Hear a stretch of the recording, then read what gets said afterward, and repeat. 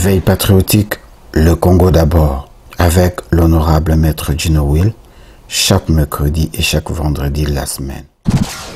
Banyamilenge oyo ezali kotambola na ba réseaux sociaux, je l'ai déjà dit hier que panangai ezali je suis complètement sidéré à comment que comportement na biso simple manifestation il y a 10-15 personnes et bimi lokola événement moko na salamate na mokili biso ba congolais to banda ko vanda ko bengana na ba téléphone omoni bana mulenge omoni bana mais ebele ba manifestation biso to sala oye ningisa Europe. Nous sommes le seul pays au monde où on a 4 diaspora. Na 2012, le 22 novembre 2012, où tout ça une grande manifestation synchronisée dans Mokili Mobimba. Tant que tout ça, la vérité des unes, il n'y a pas été anticipé. Non, le peuple doit continuer ses revendications. Le peuple n'a jamais revendiqué pour qu'il y ait un président. Le peuple a revendiqué pour que nous prenions le pouvoir auprès de l'occupation. Et ce pouvoir-là, nous ne l'avons pas pris. Tout ça pouvoir. Et comme tu es en côté, tu continues à lutter pour le Zoyango. Namwa Namboko Azali Wana, Yemoko a conscience place Azali, Abanda ko retirer signature. Moi je l'applaudis tout le temps pour Alobaka vérité. Yé Azala doté Yakoyo Kela, et l'oko ba bengi base. Et base ya solo Azali peuple congolais. Peuple congolais c'est quoi Télémi, Azali sous base parce que Azali qui président, ya base ya UDPS, Azali président ba congolais fa yoka. Ba signature nyonso Azali ko se signame na East. Ba signature a signana Kabila.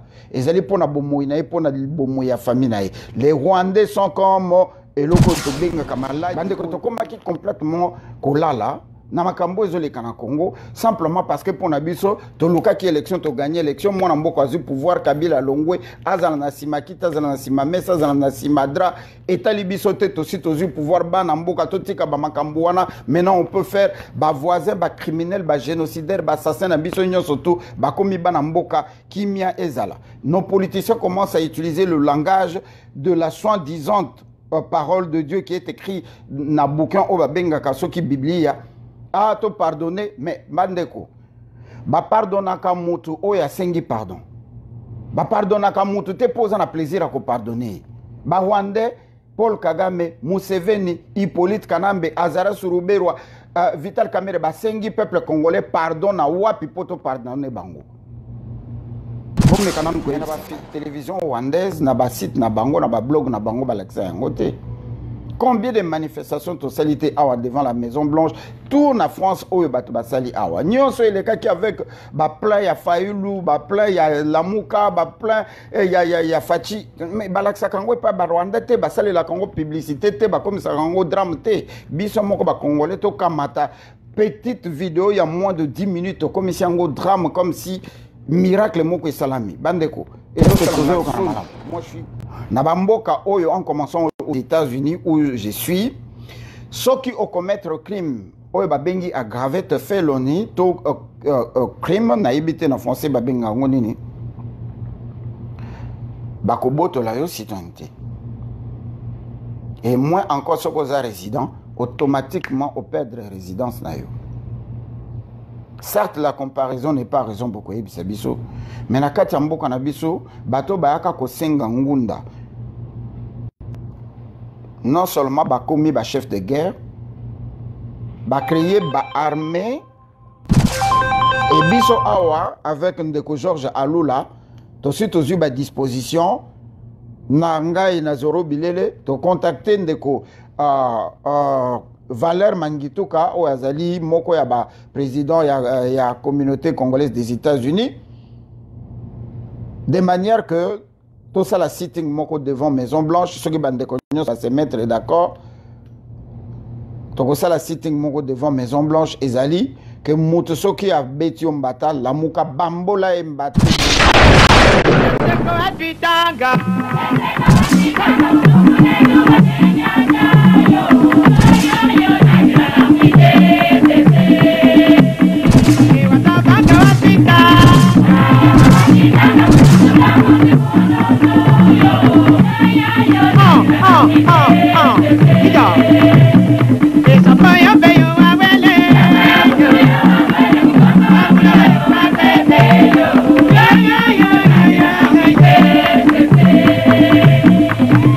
Jump,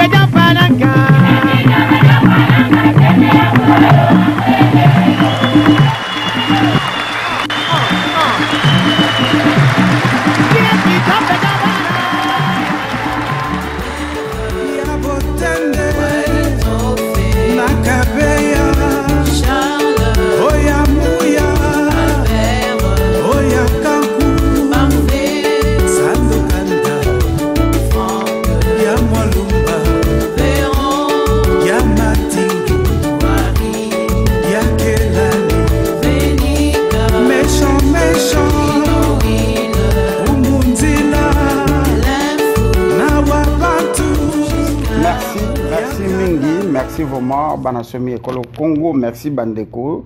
Merci chers compatriotes naye pinda na moi lombango na flash oyo. Na ebité ceux qui bozali koyo kanga bien. Jimmy Adjanga merci à kozala na biso salanga signe ndeko Georges. Naye vraiment na moi lombango bomoni pinda ke na yetar pona bandeko na biso bazali na Kinshasa na East ya Congo na Afrique du Sud.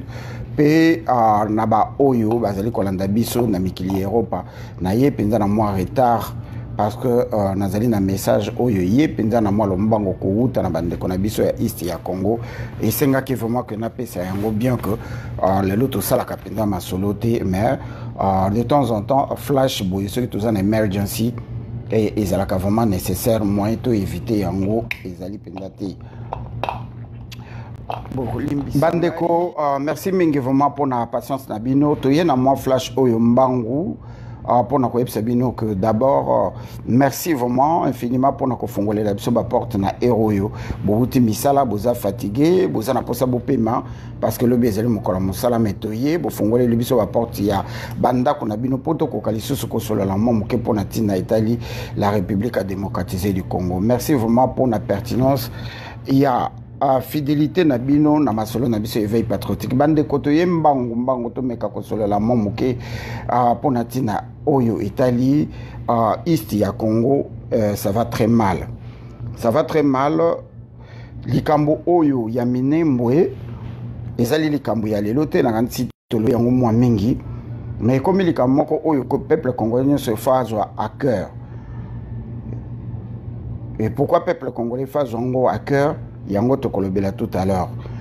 Donc, oyo ezali flash na masolo mingi oyo to ko solo la lobby ezali micro à la résistance. Pe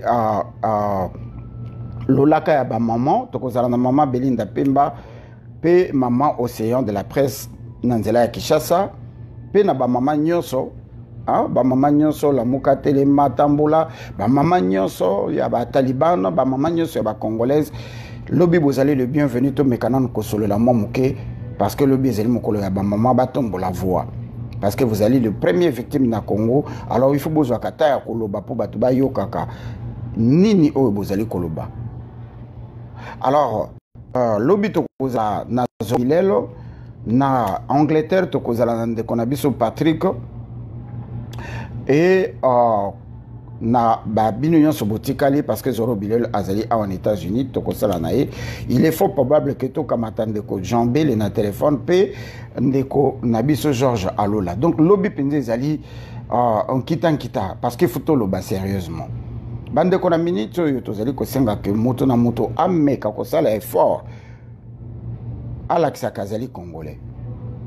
Deux exemples, il y a Bamboka, Auto-Vandi, la France, la Belgique, l'Angleterre, l'Italie, l'Allemagne et consorts. Batouana va se présenter comme ba Congolais. Va se présenter comme ba parti politique, il y a ba clan, il y a ba ethnie na bangote. Et bien, il faut éviter le corona, ou même les virus, les autres comme Kolbela Likambo, il y a Banyamulengi. Avec toute conscience, dans le 21e siècle, auto yebiki na Congo, ethnie ya Banamunengi zalakate. La langue munenge ou minenge ezalakate et le loto moni batu babimi oyotoza avec toute conscience que bazali ba voisin na biso oyo baya ko senga asile na mboka na biso bakoti na mboka na biso bakomi ko boma biso au vu et au su de tout le monde y compris le gouvernement et bakomi ko revendiquer mabele. Na kozongela likambo ya vidéo oyo ya Banyamilenge oyo ezali kotambola na ba réseaux sociaux, je l'ai déjà dit hier que panangai ezali je suis complètement sidéré à comment que comportement na biso simple manifestation il y a 10-15 personnes et bimi lokola événement moko na salamate na mokili biso ba congolais to banda ko vanda ko bengana na ba téléphone omoni Banyamulenge omoni Banyamulenge mais ebele ba manifestation biso to sala oye ningisa Europe. Nous sommes le seul pays au monde où on a 4 diaspora. Na 2012, le 22 novembre 2012, où il y a une grande manifestation synchronisée dans Mokili Mobimba. Tant que tu sais que la vérité des unes, il n'y a pas été Tshisekedi. Mais dans la télévision rwandaise, dans le site, dans le blog, dans le bango, Combien de manifestations tu salité devant la Maison Blanche, tourne en France où il sali awa. Nous sommes les cas qui avec plein ya Fayoulou, plein ya Lamouka, plein ya Fachi. Mais balaksa Congo pas Rwanda te basali la Congo publicité te comme ça Congo drame te. Biso moko ba Congolais to kamata. Petite vidéo il y a moins de 10 minutes comme si un drame comme si miracle moko salami. Bandeko. Ezo salanga Sony. Moi je suis complètement désolé. Mais ça lui peut bien. Parce que même Nzokoa, Makele Yangongi, ce que côté na kata lito yeko sotu kisaye. Donc c'est bien d'enge balamusi biso. Balamusi biso pour nani parce que tokoma ki kolala. Bande ko tokoma ki complètement kolala. Na makambo ezoleka na Congo simplement parce que pour nabiso to luka ki élection to gagner élection moi na mboko azu pouvoir Kabila Longwe azala na sima kita azala na sima mesa azala na sima dra etali biso te to si to zu pouvoir ba na mboka to tika ba makambo wana maintenant on peut faire ba voisin ba criminel ba génocidaire ba assassin na biso nyonso to ba komi ba na mboka kimia ezala. Nos politiciens commencent à utiliser le langage de la soi-disant parole de Dieu qui est écrit na bouquin o ba benga kasoki Biblia. Ah, te pardonner, mais Mandeko, ba pardonnaka mutu, oh ya sengi pardon. Ba pardonnaka mutu, te pose un plaisir à ko pardonner. Ba Rwandais, Paul Kagame, Museveni, Hippolyte Kanambe, Azara Suruberwa, Vital Kamerhe, ba sengi peuple congolais pardonne à wapi poto pardonner bango. Bon, mais kanan ko ebisangay.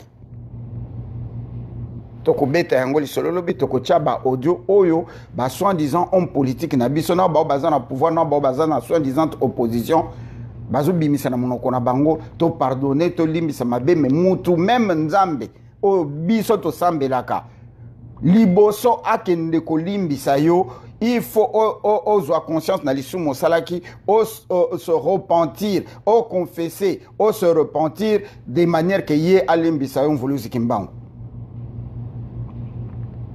Mais boni biso to kola mukana tongo to bandi ko beta slogan ya kolimbisa to limbisi politique kanambe to lingi ba problème te ba règlement de compte na muto ya bomi 12 millions de morts muto ya bomi si 12 millions de morts muto ya komisi mboka na biso la capitale mondiale du vol muto ya komisi mboka na biso premier producteur ya ba organe humain a sengi pardon te a fukami te a regretter te na bakrimo asali alibino bo pardonner.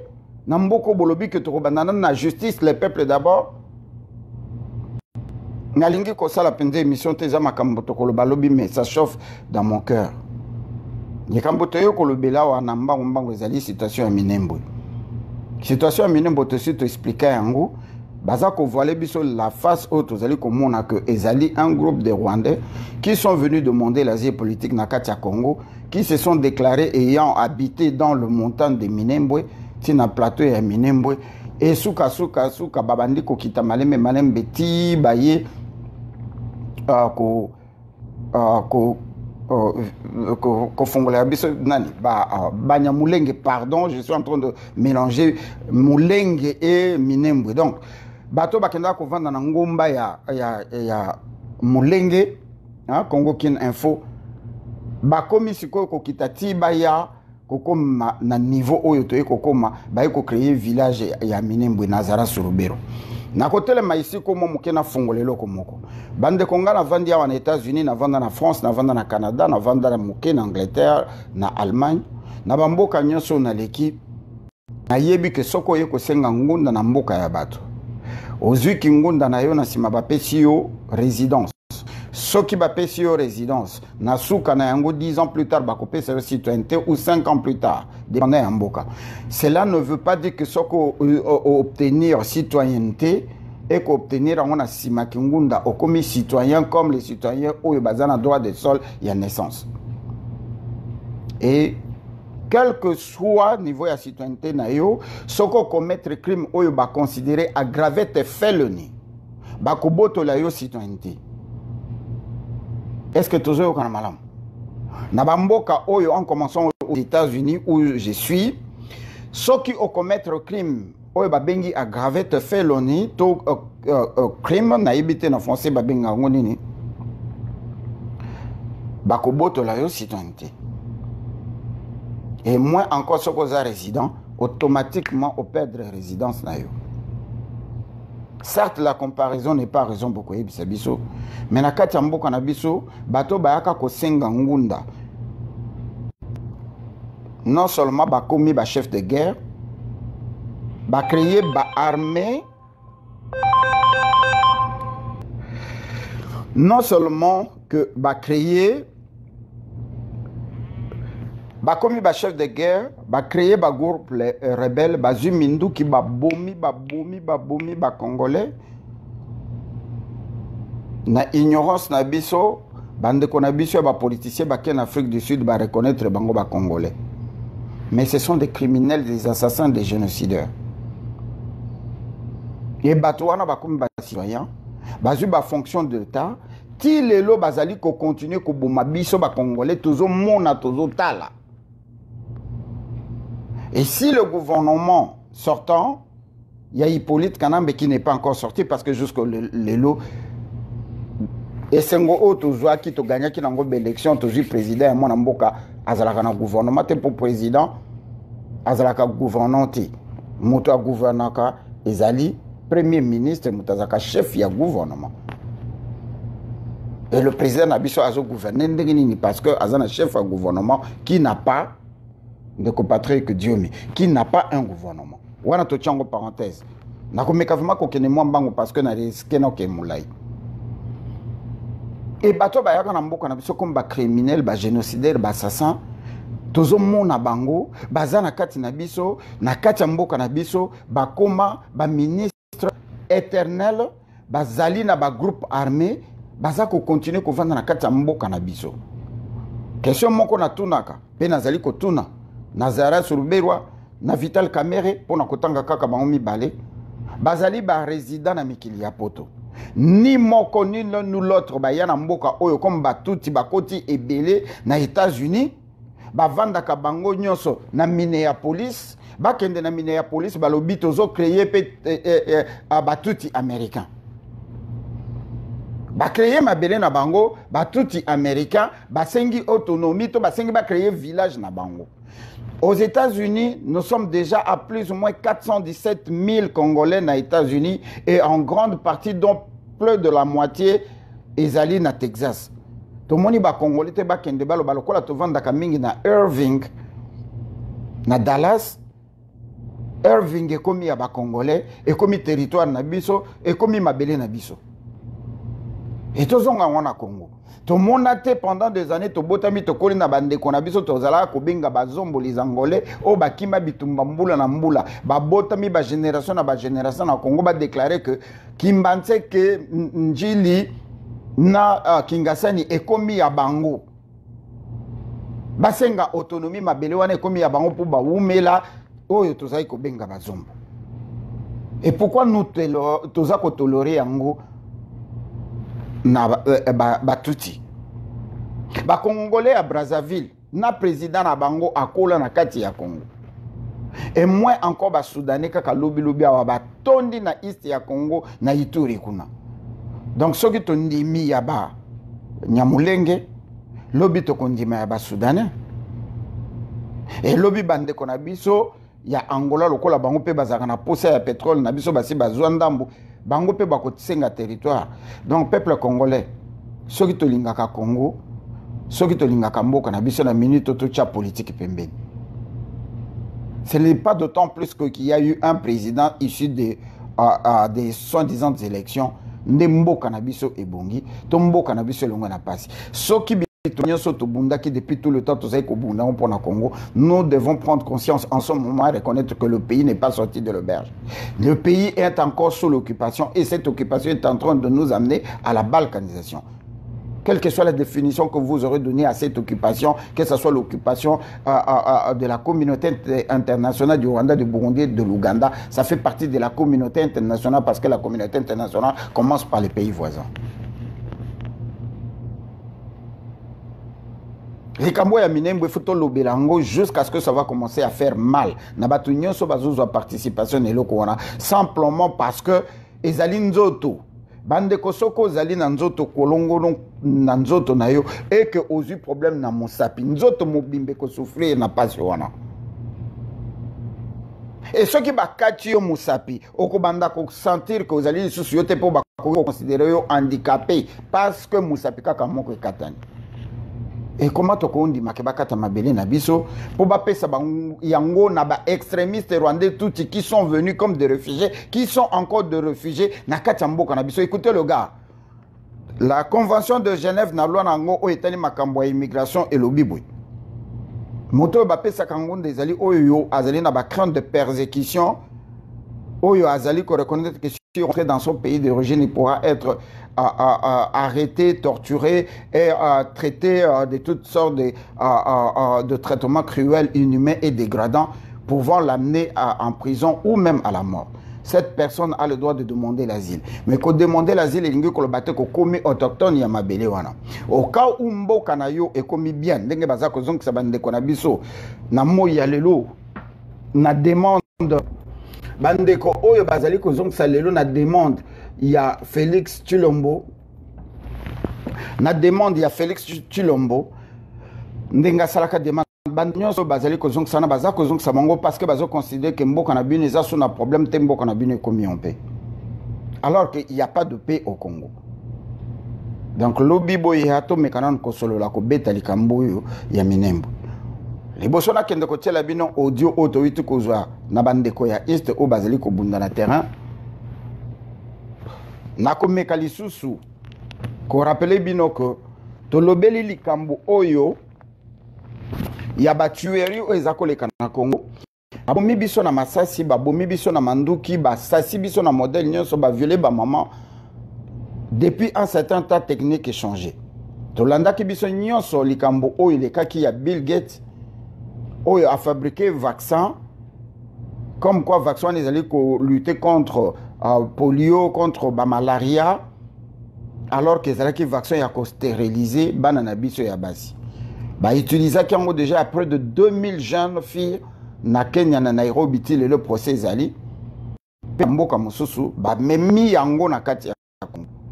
À ce moment que je vous parle vaccin baza koleka nango na bekol pour ba yebisa bato que ezali vaccin contre Ebola. Alors que bazo stériliser banana biso ya ba autochtone ya basi et bana mibali ezali ko boma ba sperme na bango bazala improductif bakoki ko botati tango bakokola bande ko bozwa makambo yo au sérieux tozo vanda na bamboko te ole fufu silisi ozuivi de téléphone na yo bandi ko sala ba selfie ya ko finga bato. Mais tozo vanda tozo bunda bitumba oyo pona ko lutter contre fléau oyo mboka na biso ezali victime ya injustice internationale. Ce qui nous tue en ce moment, ce n'est pas seulement les Tutsis rwandais, ougandais, burundais, tanzaniens, zambiens, mais c'est plutôt la soi-disant communauté internationale où ils allaient utiliser batona lokola ba fourchette na lakisaka bino awa. Moto oyo alingi ko bebisa maboko te tango azali kolia ako utiliser fourchette. Récompense ya fourchette ezali ba reste oyo ezali ko tikala na lutu. Mais ezali ko kende nyonso na munoko ya moto oyo azali kolia. Et moto oyo azali kolia soki biloko eleki mingi afiba kape lutu kaka po ezali bende akoki même koso ngo mwa mino. Elingi koloba ke kaka bango moko oyo tobengaka la soi-disant communauté internationale bakosuka kababuma bakanga ndenge basali Bosco Ntaganda kaka na bato batindaki. Je ferme la parenthèse. Ebola oyo tomoni ekangami na bamboka nyonso ezalaki soki Ebola ebimi 2 mois ezali ebele Ebola sili. Mais na East ya Congo Ebola eza continue. Bomoni bande ko na biso bakomi ko telema parce que Ebola wana ezali oyo bazali ko injecter yango bato bande ko eza ko sala na transmission ya personne pa na personne te. Bazo kende na ba village, bazo pona ba jeune, bazo pona bato bazali na live mulai. Baye comme quoi baye ko vacciner bango vaccin contre Ebola. Okomona mutazala ki bien zaki na santé azo belate lo côté. Ceux qui ba vacciner 1 semaine 2 semaines abandi Ebola. Donc finalement bato basali expérience banquette salami au bato wana balingi kotanga bakombo na bango te et certaines personnes bazala ki vigilantes le ko la pasteur awiti ko kufa babandaki ko bimisa vérité croyant que prière ko batela bango bamo bambiye moko virus yango. Soko bimisi vérité babomi yo. Soko lingi ko boyi ko za vaccin wana babomi yo. Bazo tout babande konabiso vaccin ya Ebola nanko parce que territoire wana il faut ba éliminer. Nyonso wana bato toza ko benga banyamulenge bazana kati. Alors ces gens qui sont partis de nulle part bauti Rwanda baya ko senga ngunda bavanda na mulenge mboka na bango ebungi mboka na bango comme l'exemple de l'Afrique bakanga bisaka bazonga na mboka na bango Félix Tshisekedi. Dis la nini ya kokende ko sala na bato avec toute conscience boyebi ke ba mi bande kona bino mbula na mbula ba massacrer peuple na bino mbula na mbula na dernière minute bolobi to sala na bango deal to kende ko pesa bango mabele. Donc lobby ndenge na wuti kolobawa boko pesa mabele na ba soudanais parce que ba ko déclarer que to sali 50 ans na kati ya Congo to za na posa mabele Félix va aller signer ba pesa bango mabele. Yikamba minembo toza komona ngo muke ezokende mabe. Et nazali ko rappeler na bande konanga nyoso tozali po awa ngana lingi ko yako kabolate. Taliban, talibanien, congolais, congolaises, zala na yo mutu ya opposition ya minorité toza ba congolais. Il est temps ba congolais tozong ensemble to yeba que ceux qui to tiennent ba politiciens na ba théâtre na bango ya ba défection o ya tikali o ya koti o lamuka o telema o tambola ceux qui to bimina kati ko wana te mboka na biso zo kata na devant biso toza ko observer to ko sala le côté tout ça nga nazo benga ba théâtre. Dès le deuil one j'avais dit ceci. Ba politiciens bazali ba politiciens ils n'ont jamais été des résistants pour babunde la occupation babunde la ka pouvoir. Ndeko Patrick Fonja bande ko na biso ba politiciens babunde la ka pouvoir na lobaki yango de le deuil one nyonso to salaki makele la élection na bisek bino ko ngai na lingi to lobela makambu ya ba vérité des jours noté na boyi yango parce que expérience 2011 et frappanga na tikala na ba sekel na bungisi ba membre famille nanga ba kufa likolo ya ba élection zo to za ko bundela papa Tshisekedi na UDPS sans le savoir. Tokoki ko banda yango lelo te na elobaki yango wa bato bandimaki te tozoki ni malem malem et nous n'allons pas passer notre temps lamuki to yeto vandia wa un tel a démissionné matungulu akeye tikali na ni fayu la tikal ça nous concerne et zo avancer biso na nini alors que tous ces gens là regardent la situation de Minembwe soki bakolo belango c'est pour des intérêts politiques soka lingi mikolo na ba chaeka azuit topic oyo ba congolais bazolo ba lobeli yango ceux qui étaient étali bangoti alors biso ba congolais photo tika ceux qui ndato bundela kamboka loko la to sito zui ya congolais biso nyoso photo tele mamani militaire to yeba kelika mwa Minembwe ezali lokola to vandeli tron ya nzete o bazo kata na biso na ba politicien to vandi likolo ya branche oyo bazo kata tango kokwe ya biso nyoso to kokwe ya bondi melangai. Il y a un plan machiavélique qui est en train de se former auprès des citoyens féminins. Soki bandimi yango na ba signature bazo kende ko sala bana na biso ya ba congolais ya ba nande ya ba oyonso batikali na yeba kabikola ngo malamu te balobi bango pona mabele bakokufa na kochela bino ba audio lobby. Est ya Congo nyonso kopela moto na ndenge ya kosakana te parce que les Congolais y compris biso toyo ko comprendre maintenant il faut mourir pour la nation et ko suka nango wana ti Hippolyte Kanambe oyo azali maître du terrain azali na projet bola nanga bien azali ko tika makambo wana epela po ye akobima les sauveurs. Tant que bako exterminer bande kona biso tant que bako zwa déjà mabele wana nyonso tant que kokoma officiellement que Minembwe est commis territoire yaba touti entre guillemets pour permettre nga na ko le belango te mais ba touti soi-disant congolais en ce moment là Hippolyte Kanambe akobima comme sauveur mais modèle oya zolinga bimela comme sauveur na tikibino ba taliban pour découvrir qu'est-ce qui va se passer pour Kabila Abima, sauveur dans la situation à East et à Congo.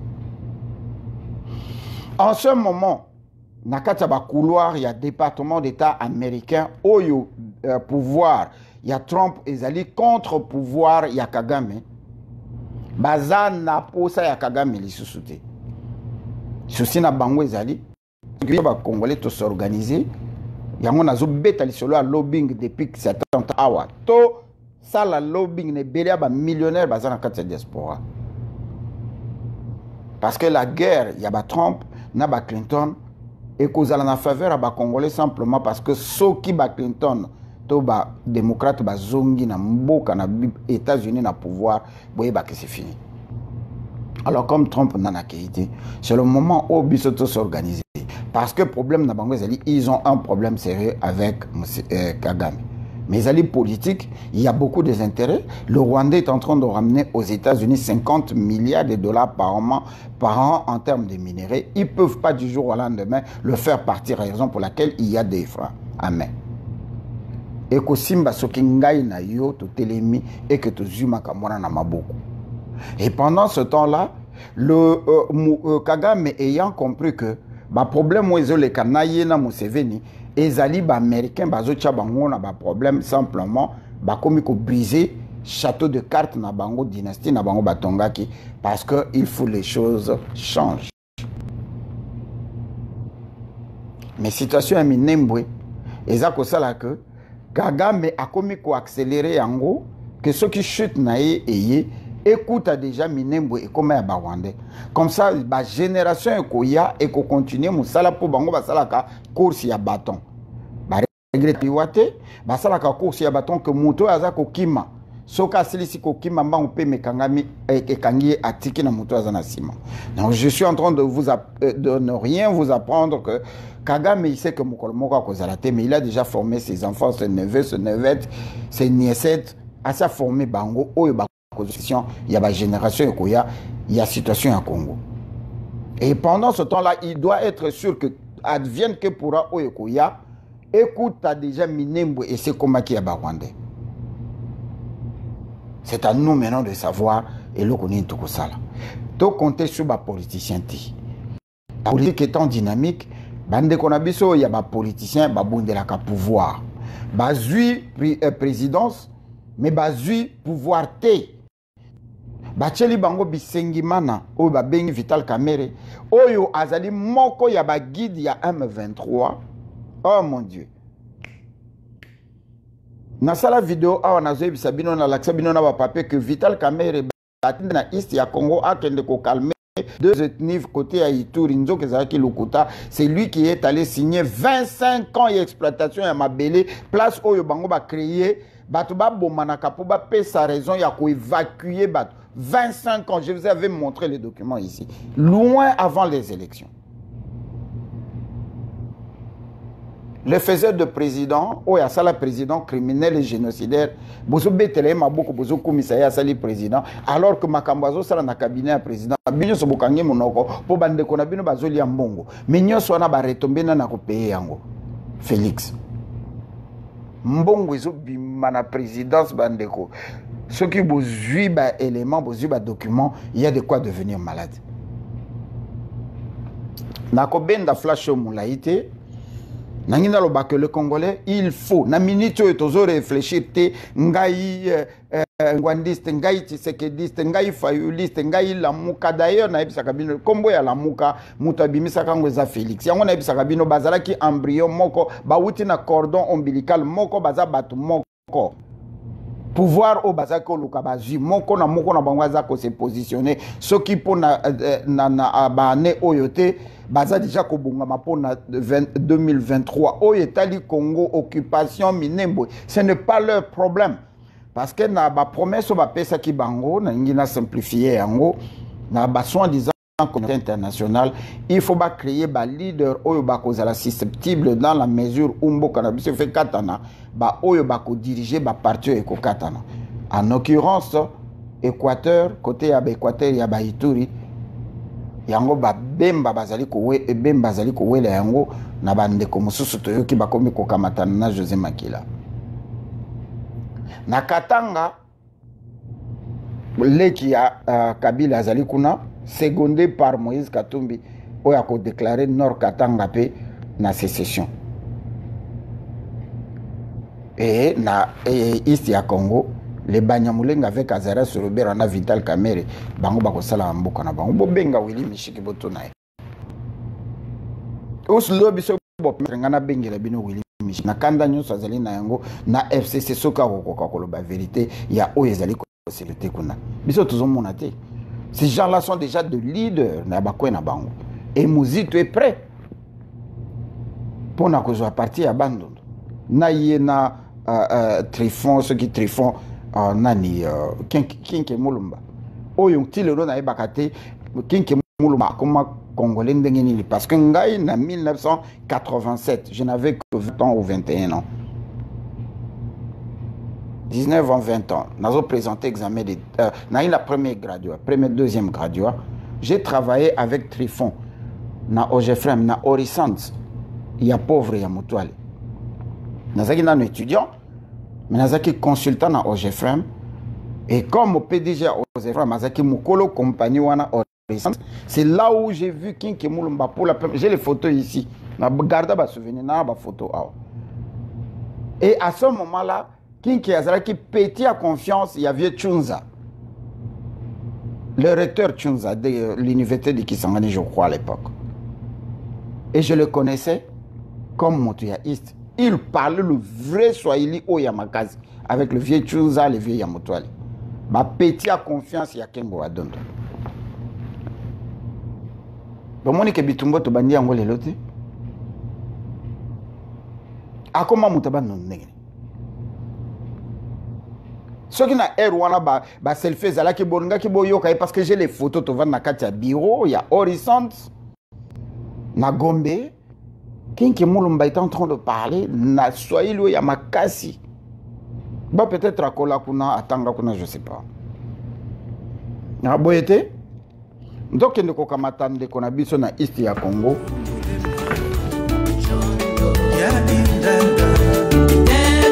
Ya botende Nakabeya Oya Muya Oya Kanku Sando Kanda Ya Mwalumba Ya Matingu Ya Kelani Méchant, méchant Umunzila Tokokende kokamata ndeko waza na East ya Congo toyoka message awiti kotingela biso.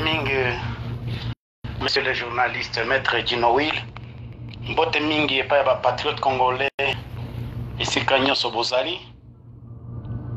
C'est vrai, monsieur le journaliste, Nicolo, tozomona na te, tozali vraiment trop surchargé, trop occupé par beaucoup des activités que nous sommes en train de faire dans la ville, dans deux villes ainsi que dans nos endroits respectifs et surtout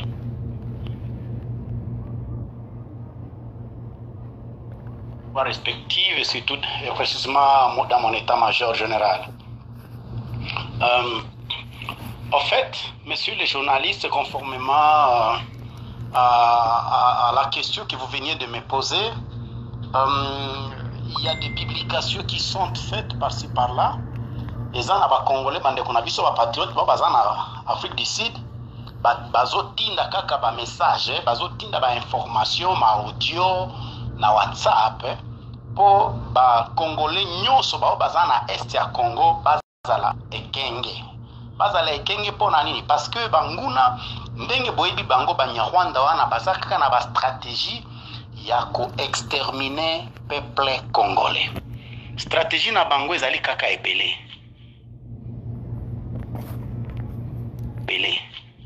Mais présentement, il y a la unième stratégie que nous connaissons tous, laquelle ils ont appliquée au niveau de Beni. Le Beni, c'est un territoire qui est localisé dans la province du Nord Kivu. Et là, on dit c'est dans les Grands Nord. Maintenant, dans les Grands Nord, là, c'est là où s'étaient déroulés beaucoup de massacres là. Ce peuple-là, rwandais, ougandais, les militaires rwandais, ougandais ont exterminé beaucoup de citoyens congolais. Alors, boyebi situation wana yandenge les salemaki zalaki sous contrôle général Mundose, général Delfe Kaimbi, militaire na biso wana congolais bango nde bazalaki kopesa kaka ba mitindo na basibate na bango po babuma peuple congolais na biso. Alors opération boyebi ndenge salemaki kuna opération ya Orange, le général Mamadou avec le général qui était au Nord Kivu. À l'époque là, c'était le Mundus. Bahouma, le général Bahouma Ambamba. Ils avaient exterminé les ADF Nalu. Maintenant, les ADF Nalu que nous avons présentement, ce sont lesquels? Bazali kaka ba FDLR, ba Rwandais, Hutu, utilisés par le Rwandais Tutsi et Joseph Kabila. Et ces gens-là sont payés beaucoup d'argent. Ils sont bien rémunérés. Alors, on les vêtit les uniformes des FARDC. Et le lendemain, on les vêtit d'autres uniformes de militaires rwandais. C'est comme ça qu'ils font ça, ces gens-là. Ayant vu que notre peuple n'était pas exterminé par les armes, ils ont maintenant créé une autre stratégie. Stratégie Moussousou va créer wana ezalinde distribution ya virus. Oyo bozo yoka bazo publier kaka na WhatsApp. So virus wana eza virus ya Ebola. Bino nyonso boyebi ke na publication basalaka na mois de janvier que ezali Bill Gates nde moto asalaka nini wana nini virus wana na ba produits chimiques pour ba exterminer peuple ya Est. Quelle est la mission de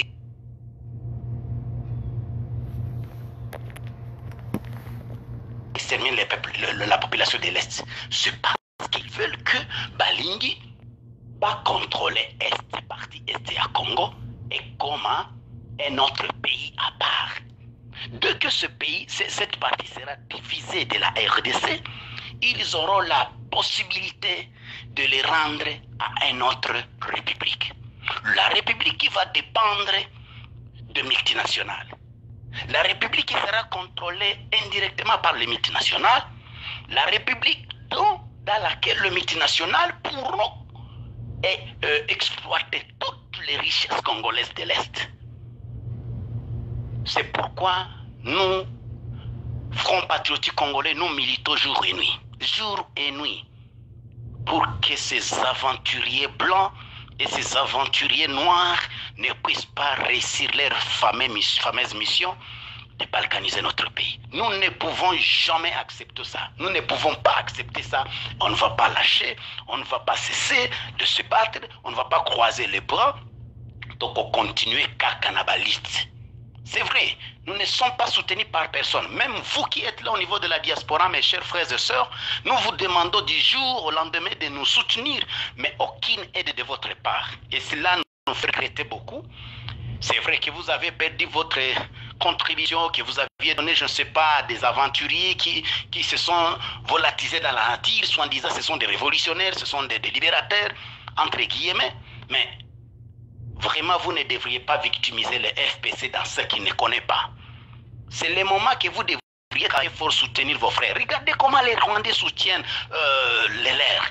Lors de la libération du Rwanda, hein, le FPR, le Front Patriotique Rwandais, vous vous souvenez que c'est aussi, ils contribuaient. Il y a ceux qui donnaient les jeunes garçons. Ils partaient là-bas au front en Ouganda, au centre de recrutement. Il y a d'autres qui contribuaient leurs chèvres, leurs vaches, leur argent. Les a rémunérés, peu importe leur niveau d'âge, peu importe le niveau d'études, il les a rémunérés jusqu'à présent. Ce sont eux qui sont dans les gouvernements rwandais, ce sont eux qui sont dans le service de renseignement, dans l'armée, dans la police et consorts. Si vous avez Congolais, vraiment, c'est prier, bino pour soutenir et biso na msalo tozo sala. Bozo croiser kaka maboko. Bozo croiser les bras. Si vous posez la kaka bamba ange bayana, ba ange lubaya kaka na.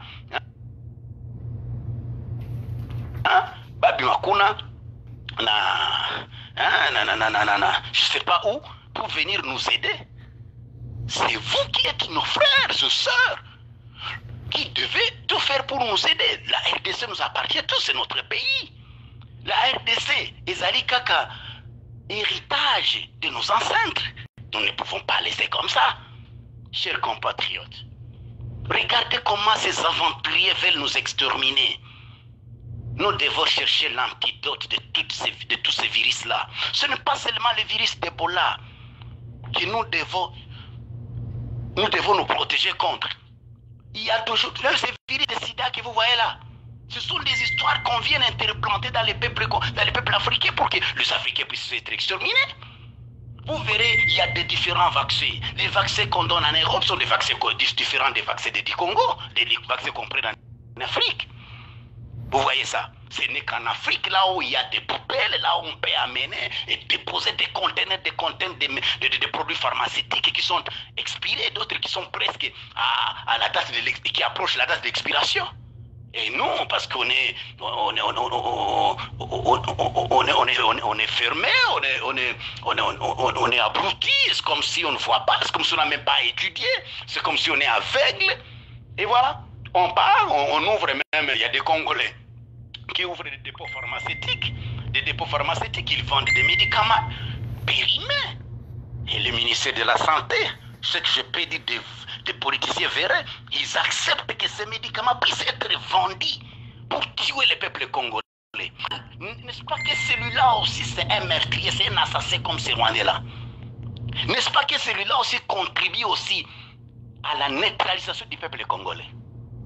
On peut voir des Rwandais seulement, mais il y a même ces gens qui servent le Rwanda, qui servent ces multinationales dans la RDC, parmi les grands opérateurs économiques nationaux, parmi les politiciens, les militaires, les officiers militaires, parmi la police, parmi les services de renseignement.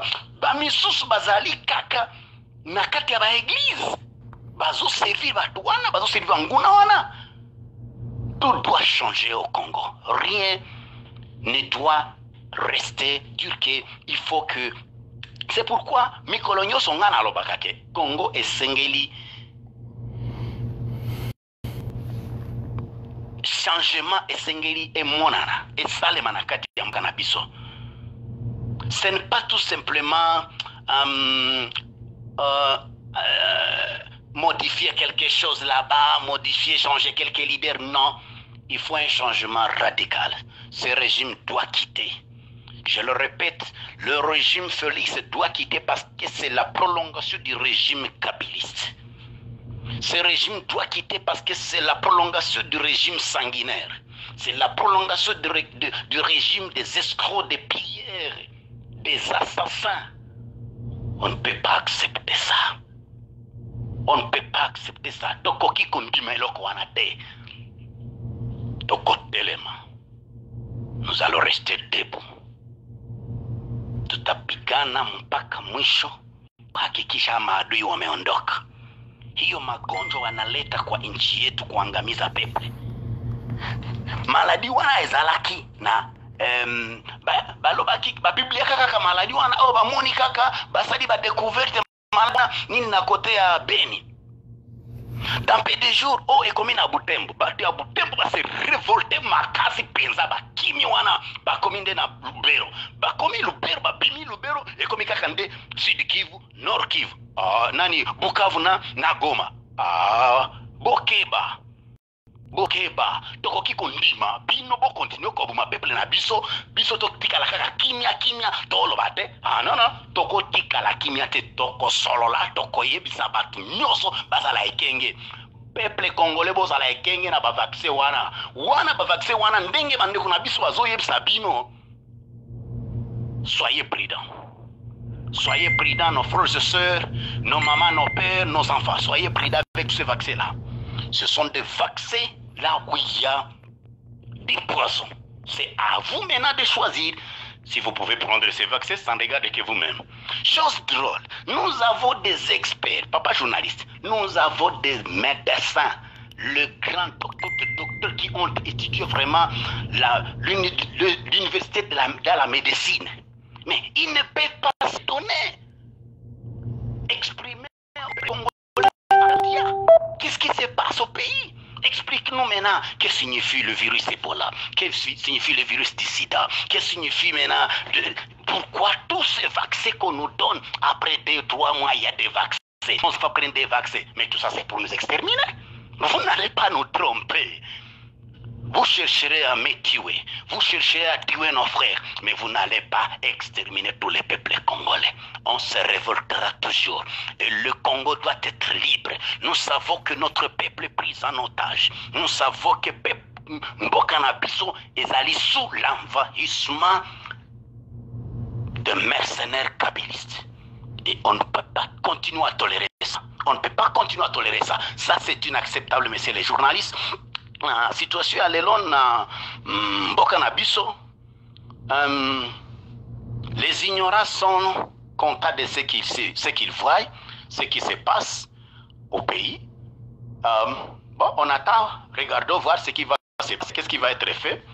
Je suis arrivé au lieu là où l'incendie s'était produit dans la ville de Bukavu, dans les quartiers Kanzaïr. Plus de 220 maisons ont été brûlées, calcinées. Jusqu'à présent, le gouvernement de Félix a promis aider ces gens et de ces peuples, mais le peuple n'est toujours pas encore soutenu. Ces gens passent toujours la nuit à la belle étoile. Ça fait 2 semaines que ces gens, le peuple congolais là, du sud Kivu, passent la nuit à la belle étoile. Leur maison est calcinée, causée par un incendie Il y a une maison là où on gardait de l'essence, des bidons d'essence. Alors, les Kadhafi là qui vendaient l'essence, là, ils allumaient la brasero. Maintenant, le brasero était trop chauffé là. Et ça a mis le feu au bidon d'essence. La maison était calcinée, la maison voisine, et ça fait brûler tout un quartier. Alors, un gouvernement qui se respecte devrait nécessairement prioriser ces peuples-là. Mais le fait que Batouana, Balide Nabiso Nyuswana, Bazakaka ba escroc, Bazakaka ba miibi, ils s'enrichissent eux-mêmes. Ils ne se souviennent pas de leur peuple, le peuple qui les a élus, le peuple qui dirige. Chers compatriotes, je m'excuse, je parle avec une voix haute, je suis énervé parce que quand j'ai entendu la voix de cette dame-là qui est au niveau de l'Afrique du Sud, en train de donner un avertissement au peuple congolais de ne pas prendre ces vaccins-là, j'ai dit voilà une patriote congolaise qui doit être vraiment, c'est une personne qui devrait même postuler même comme un président de la République, comme une députée nationale, et on pouvait même choisir, élire cette dame-là, parce qu'elle défend la cause du peuple. Elle veut protéger son peuple. Kasiba Misusuba, Bazoyoka, après Kolanda, Odio Oyo, Atiki kaka angon nengewana, nako distribuer, Atikari kaka afwandi nae, Amoni que c'est déjà bon, lui il est à l'aise, il est dans l'aisance, il a à manger, il a à boire, il est chez lui, il est dans la paix, il n'y a personne qui va lui toucher. Mais attention, nakati ya coutume na biso sokoza na ata moins 2 cm ya parcelle, tu es un rien dans la vie, tu es un rien. Imaginez quelqu'un venir te dire que non, place où ils ont place na haute, yo zaka locataire na place où ce ko biso nde ba propriété la parcelle et c'est une biso to nini to construire nini to linka ka to tonga bandako côté oyo yo bima na bima ngana koma kaka réfugié na kata na mboka nanga yo sale mate bino bangunda mino banyarwanda bino bokosila nazo ebisa bino bokosila na Congo boya kaka boko ya 10 millions 20 millions Kasinazo et Sabino Bokosila, parce que comme peuple congolais, c'est un peuple béni. Le territoire congolais tout entier, c'est un territoire béni. C'est les jardins d'Éden, là où se reposait l'Éternel notre Dieu. Il a mis toute la richesse du monde en RDC. Elle est la nôtre. Elle est la nôtre et n'est pas la vôtre. Vous êtes des escrocs, vous êtes des aventuriers, vous êtes des mendiants et vous ne réussirez jamais. Vous êtes des voleurs. Et je vous dis ouvertement qu'un jour, justice sera faite. La communauté internationale, elle s'était, elle fait semblant comme si elle ne voit rien. Mais justice sera faite un jour. Et la RDC sera libérée un jour. Tôt ou tard, nous serons libérés de cette emprise. Nous serons libérés de cet envahissement. Que l'Éternel bénisse le peuple congolais. Merci, monsieur le journaliste. Merci, bande Konaransi Boyoki. Oyeza message bande kwa Tindeli Biso. Grâce Nabino, balanda ke veille patriotique na East na Katia Zamba, place Bazali. Et comme tout le monde a Kibino, toute la journée, il y a avant-hier, il y a hier, il y a Kopanza, vidéo, Banyamilenge, voilà vidéo yangoyo, na message na bino congolais, tokotala na ba page na bino. Hein? Ma nièce Eve Babaya. Tokotala na ba page na bino. Omoni ndenge bovandi mama bozo yoka neti bozo yoka eloko te. Mais bandeko na bino bazana zamba bazo lela. Ba yebi que tozo 9 à 12 milliards na kati ya Congo, tozo salisa bandeko na kati ya Congo, mais bandeko wana to salisaka ba comprena que biso tozali ba punda na bango. Et sili toko condamné bango te po bakufi quand même 12 millions bakufi na diaspora te. Mais bango nyonso bazo mitia na sima ba politicien. Soko lo bibo yo memingambo. Jino olingi ko pesa position de bandeko na lobaka yango position na ngana za congoliste. Nazali pona bana ya Congo bandeko. Mama Aimé Condé. Nga nazalaka congoliste. Na bundelaka ka Congo. Et 80 millions de Congolais bazar na kati ya Congo, na ba député, na ba déshonorable, na ba honorable lokola nga bazaka bandeko nanga. Ponga na salaka politique te. Donc ceux qui te moni ya bien, to ko beta maboko, ceux qui ya bien zate to ko continuer ko critiquer po biso, tozo voilà lobby to kutana to mekana ko solola. Likambo minembwe oyo na Banyamulenge to kotika yango te. Et to lingi to bateke to tika parce que tout ça la ressource ba marche te.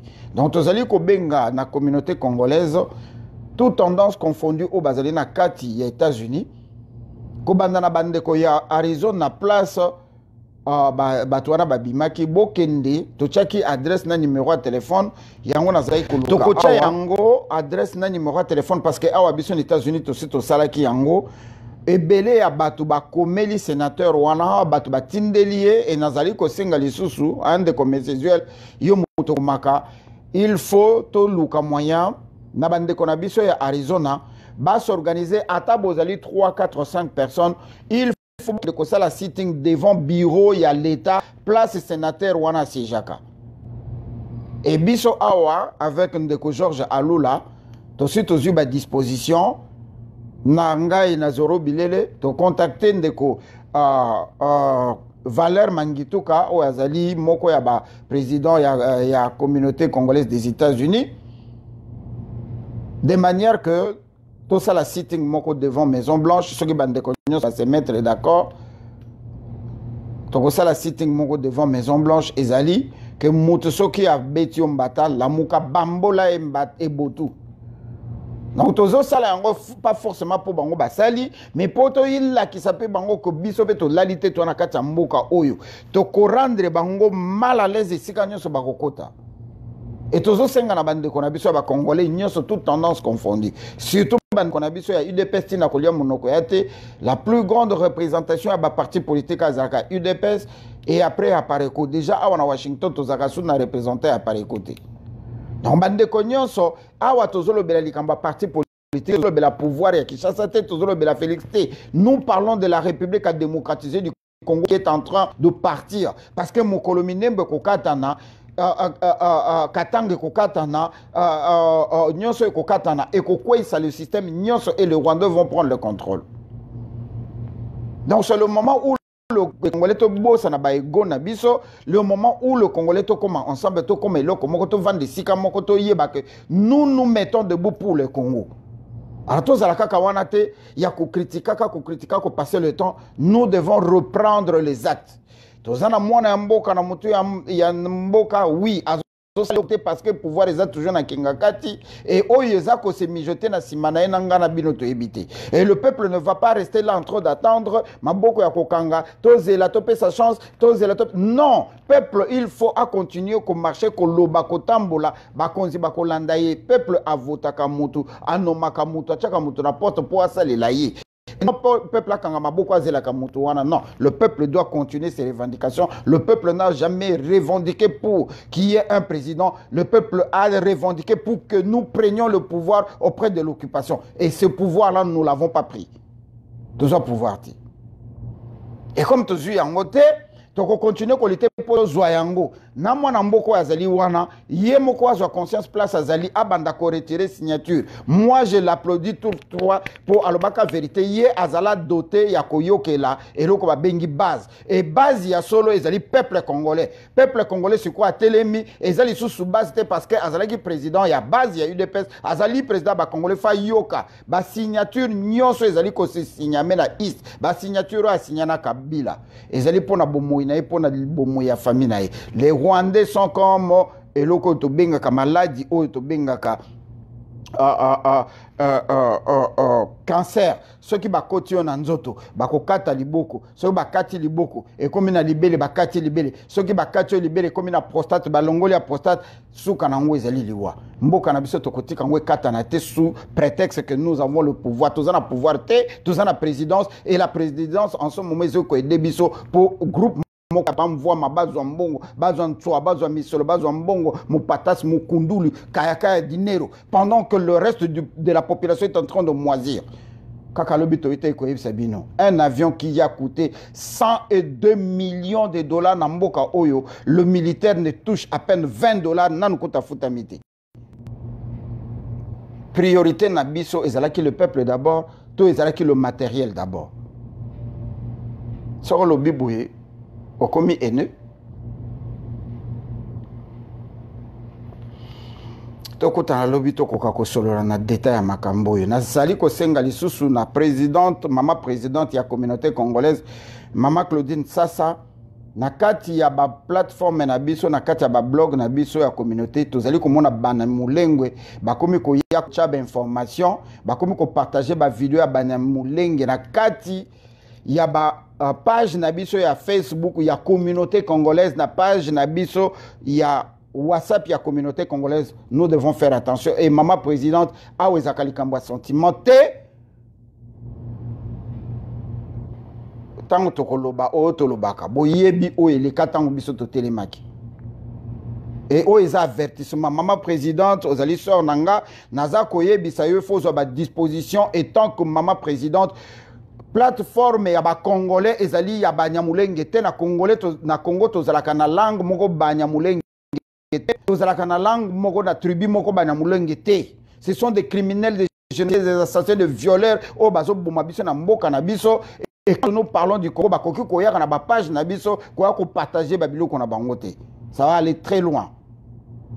Tozali ko senga na bandeko nyonso ya ba politique, il y a des partis politiques, bandeko ya pareko, ceux qui bazali ko kabiso, bandeko ya CCDP, ceux qui bazali ko kabiso, bandeko ya société civile, président de la société civile nana longo abimité, président de la société civile, ndeko na biso Valeur Mangituka, les Friends of Congo, boluka moyen, bo salisa ndeko na biso Georges Alula yozala makasi na makambo na mesezuel. Boluka moyen le plus tôt possible. Lobingai na kokende ko soit permis pour na la sitting devant Maison Blanche. Ce n'est pas d'autant plus que ngam na ko soit permis lingi ko banga na organiser ti. Na tchebali na maboko na bino mais comme na sala kana ville na koleka déjà ko soit permis. Bossa la réunion bo bengi sa conférence ndeko Jacques Miango ndeko na biso Kulumbimbi. Batu nyonso bazalaka actif. Pe bandeko nyonso ya UDPS boye balelo que tozali ko telema pona Congo tozo telemela so pouvoir te bosi bozo pouvoir mais to telema parce que bozo constituer frange moko la frange la plus importante na kati ya communauté bo telema to telemela banyamulenge oyo bazali restaurant tuti mabele na biso to kopesa yango te et justice ko kota na mboka mutu nyeso akota na mboka na biso comme réfugié politique azala na mboka nini ya mboka nini na les 9 pays limitrophes soka salim mbeba il faut mbole mai kwela et mbole mana soka djuli wate il façon na mboka na et ça va commencer par Vital Kamerhe Nazara Suruberwa bako bimana mboka na biso na mususu azaka na forme extraterrestre bande ko limbisanga naza soki ezalaki bokechwa koka kolobala malamu ndeko ozoro bilele tokokuta na lobi to beta yango na modindo na kokai ko supporter pour na tina lobi te yango na lobi boy. Nous allons rentrer dans le plus petit détail to meka ko ebisa bino Les Rwandais, les extrémistes sont les extrémistes. Qui est mauvaise température et zali ko régner entre Kabila na Kagame Mikoloyo, mais Kabila a un projet à Kobima les sauveurs du Congo. Et lingi ko befatika moto ya bande konaye epela. Tant moto ane kobela ya Kobima la sauveur. Mais kozala trop tard parce que bakosenga déjà référendum après les Nations Unies et référendum ko pesa mela bango Mama Amina Omari. Référendum et coupé sa mela bango parce que les Nations Unies est allé complice dans makambo ya Congo. Boye bayango na yebisa bino ke Ban Ki-moon, la société Ondei, la société Samsung, bazali na mabulu ya ba minéré na mboka na biso. Boye bango que l'organisation Kofi Annan, bazali na mabulu na kati ya mboka na biso ba mine. Boye bango que l'organisation Clinton, comment il s'appelle, Obama, bazali na sima ya moi Hindu, la femme tchadienne Hindu ou azam multimilliardaire, azozwa 10 millions, 10 milliards, 10 millions de dollars par mois pour nous contrôler la situation en Congo, n'a intérêt, il y a les Nations Unies. La MONUSCO travaille pour le malheur du peuple congolais. Donc, binoso bo vandi bozo CP là, pour moko na bino bazakolia et boye bake bato bazo pola na kasai. Les gens sont en train de pourrir. Il y a mobimba na a profité à bandi ko pola. Bande ko na kana ko ba mingi te, je pense que na lobby moins mingi. Tokuta na bino lobby ezali parole à la résistance moto nyonso azana likambo ko loba ayatoloba mama lolo.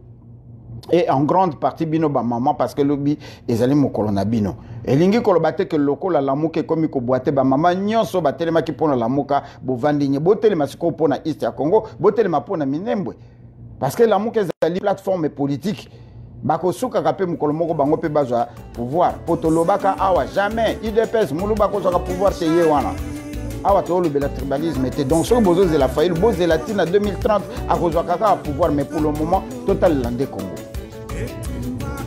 Comprenez? Merci Ming. Hein? Merci Nabi.